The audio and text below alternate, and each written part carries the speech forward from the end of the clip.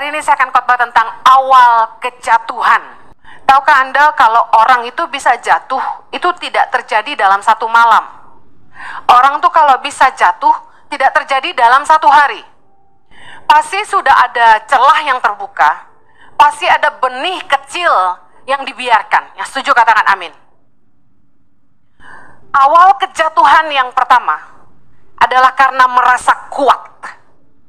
1 Korintus 10 ayat 12 berkata, sebab itu, siapa yang menyangka bahwa ia teguh berdiri, sama-sama, hati-hatilah supaya ia jangan jatuh. Katakan kanan kirimu, jangan merasa kuat. Katakan lagi sebelah yang satunya, jangan merasa hebat. Awal kejatuhan adalah kesombongan, katakan amin.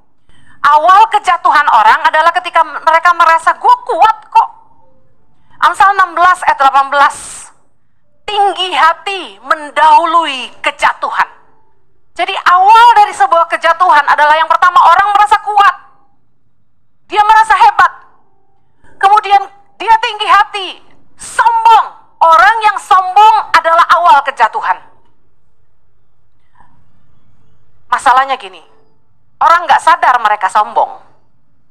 Orang nggak sadar mereka merasa kuat. Kita itu perlu diingatkan. Kita itu perlu dijaga oleh orang-orang di sekitar kita. Amin. Dalam hidup kita, kalau kita itu mau menang, kita butuh penasehat. Amsal 24 ayat 6 bilang kemenangan tergantung dari penasehat yang banyak. Tapi penasehat yang seperti apa?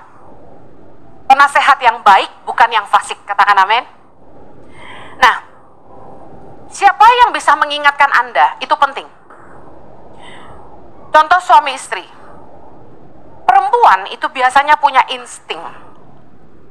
Masalahnya, karena kesalahan Sarai yang memberi ide yang salah kepada Abram, kemudian Hawa yang menawarkan buah yang dilarang Tuhan kepada Adam, membuat perempuan jadi nggak bisa dipercaya. Ada seorang pengusaha yang mencuci otak suami saya. Saya bilang mencuci otak karena dia ngomongnya berulang-ulang dan terus-terus. Kamu jangan dengerin Henny. Jangan sampai seperti Abram yang dengerin Sarai. Dia bilang, dalam hidup saya tidak pernah dengerin istri saya. Karena perempuan tuh nggak ngerti apa-apa. Dia bilang gitu. Bahaya ya. Saya setuju bahwa tidak semua yang dikatakan istri itu benar. Harus diuji, betul? Tapi perempuan bahwasanya itu peka. Karena makhluk perasa. Kalau udah merasa suami macam-macam, istri pasti tahu. Karena kita kenal pasangan kita. Apalagi saya kenal Jojo dari saya umur 16 tahun. Dia nggak pernah bisa bohong sama saya. Mimik wajahnya saya lah bisa baca. Bahaya. Dan baru tadi kemarin malam saya bilangin dia. Saya lagi di kamar mandi, Roh Kudus ngomong, Henny, periksa visa Amerika kamu. Periksa visa gitu. Roh Kudus bilang gitu. Saya pikir, waduh, jangan-jangan visa Amerika saya habis nanti kalau pas mau pergi pelayanan ke LA, gawat nih, gak bisa berangkat, bisa kacau gitu kan. Kemudian Tuhan ingatkan itu, saya keluar kamar mandi, saya ambil paspor saya dan suami saya periksa paspor saya aman, ada visa Amerika sampai 2027.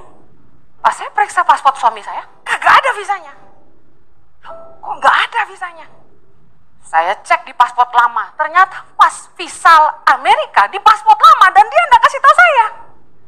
Biasanya kalau udah terjadi begini kita check in dan saya kasih paspor dan paspornya cuma ada satu, yang dimarahin siapa kira-kira? Sekretaris.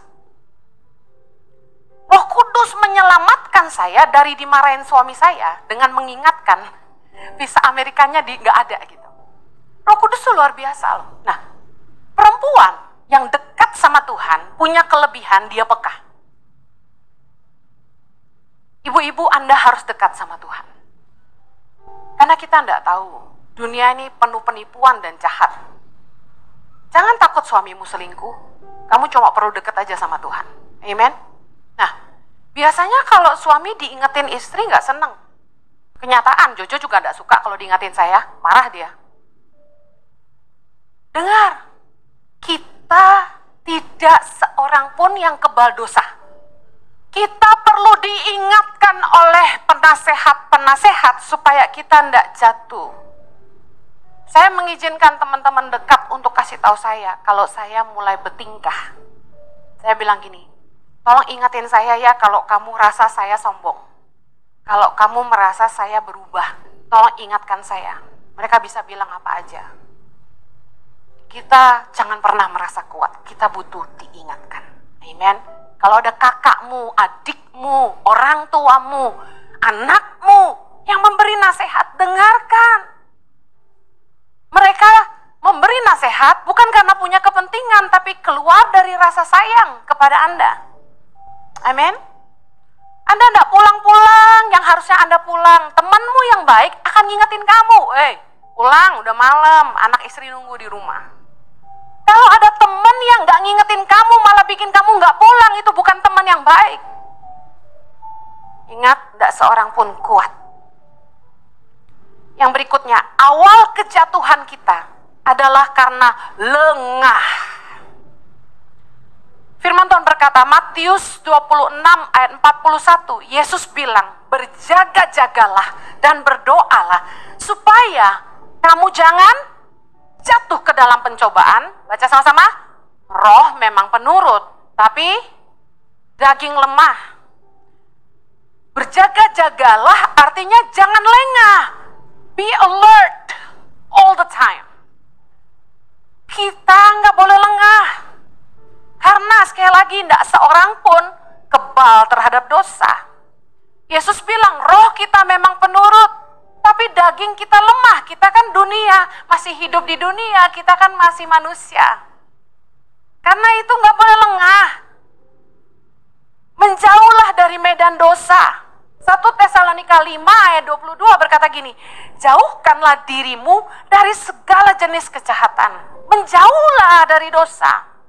Jangan merasa kuat lalu Anda datangin petantang-petenteng. Kita tahu banyak orang yang lepas dari drug addict. Coba-coba merasa dia udah kuat, dia mau nolong orang yang drug addict. Apa yang terjadi? Merasa kuat, lengah, jatuh. Kita harus mengerti bahwa kita ini masih di dalam daging. Kita punya kelemahan. Katakan kanan kirimu, jangan mencobai diri sendiri. Apa kuncinya? Anda harus jujur sama dirimu. Anda harus berkata gini, saya punya kelemahan. Saya juga bisa jatuh. Kalau Anda orang yang menikah dengan suami yang cuek, Mr. Kulkas, kurang perhatian, pelit, apalagi ya.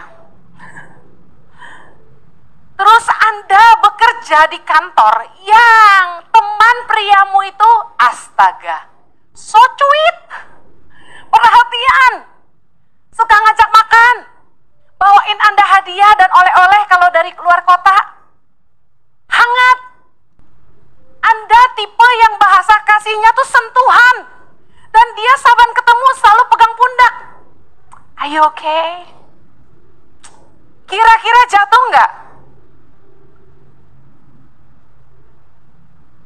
Anda harus jujur, saya punya kelemahan. Kita semua punya tangki kasih yang harus diisi. 5 bahasa kasih manusia. Yang pertama, kata pujian. Ada orang yang bahasa kasihnya, dia suka dipuji. Yang kedua, hadiah, suka dikasih hadiah. Biarpun cuma cabai sekilo, nggak apa-apa. Yang ketiga, sentuhan, ya, touch. Yang keempat itu quality time. Bahasa kasih saya quality time. Kalau suami saya mengkhususkan waktu hanya buat saya dan anak-anak saya, itu bahasa kasih. Yang kelima, act of service, melayani.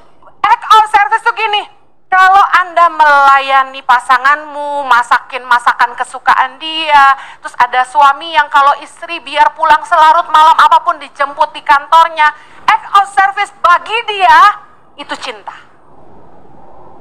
Nah, kalau dalam pernikahan maupun hubungan, tangki kasih kita tidak terisi, kebutuhan kita tidak terjawab, dan kita temukan itu dari orang lain, inilah awal kejatuhan.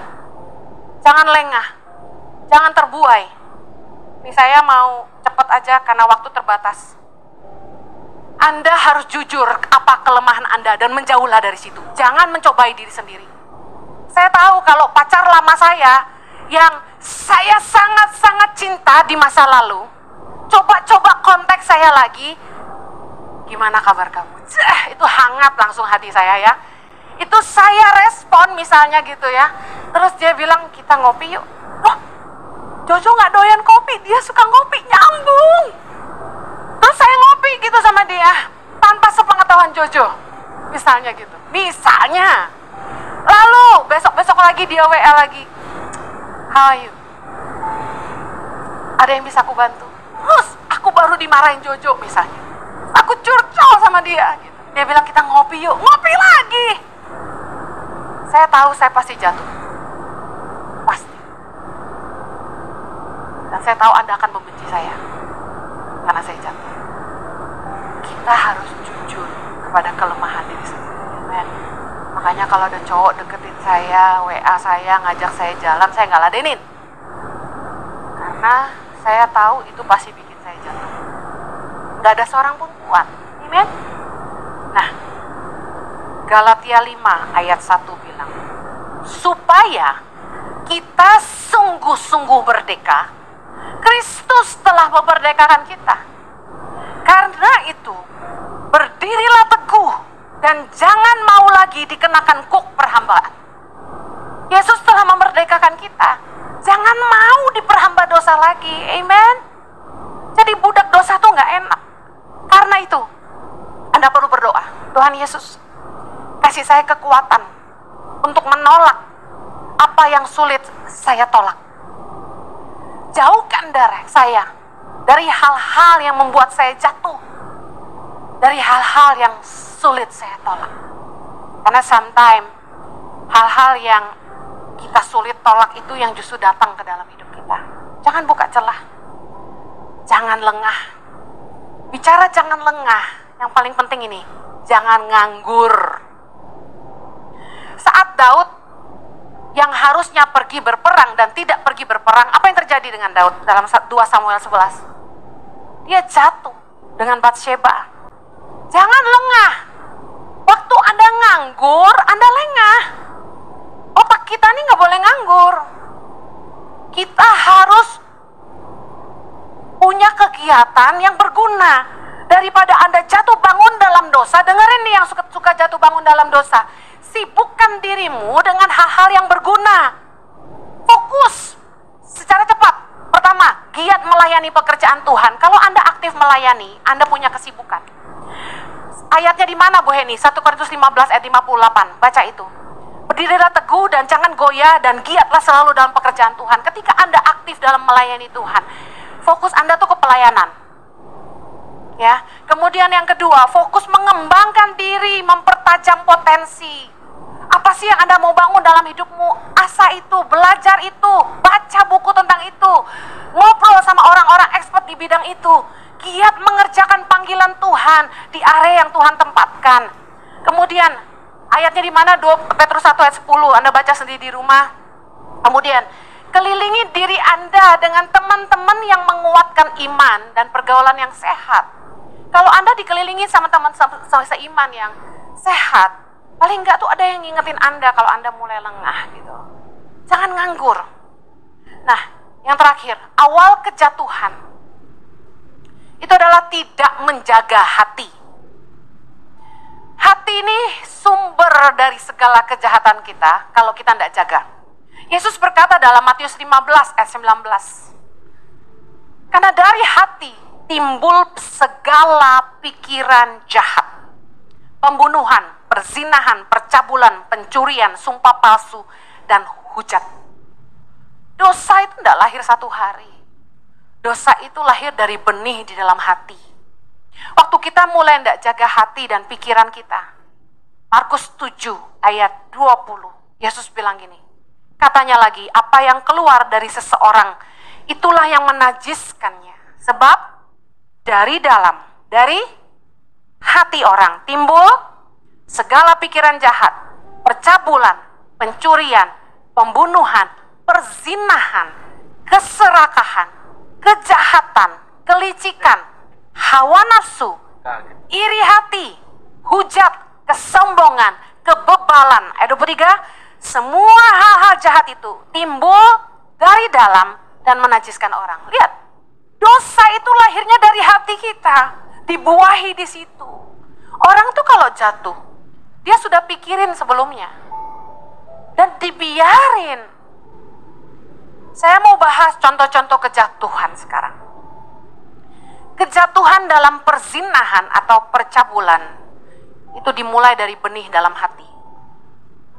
Yesus berkata dalam Matius 5 ayat 28, tetapi aku berkata kepadamu, setiap orang yang memandang, perhatikan, perempuan serta menginginkannya, kata kedua. Yang pertama, memandang dari mata, lalu menginginkannya, sudah berzinah dengan dia di dalam hatinya. Laki-laki kelemahannya di mata, perempuan juga. Kalau laki-laki itu perempuan, kalau perempuan itu shopping, ya, lemah banget di mata, ya. Nah, setiap orang yang memandang perempuan serta menginginkannya sudah berzinah dengan dia di dalam hatinya.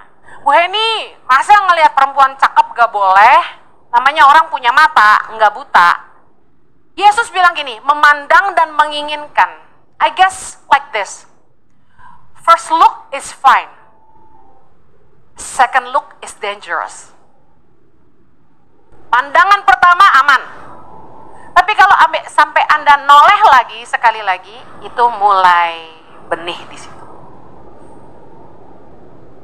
Saya nggak masalah kalau Jojo memandang seseorang satu kali. Tapi waktu dia mulai putar kepalanya, saya masalah. 1 Petrus 5 ayat 8, baca sama-sama.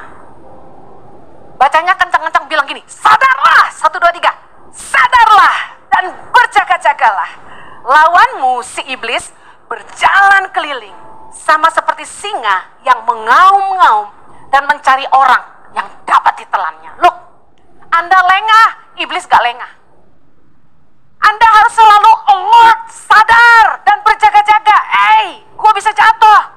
Karena iblis selalu akan cari celah untuk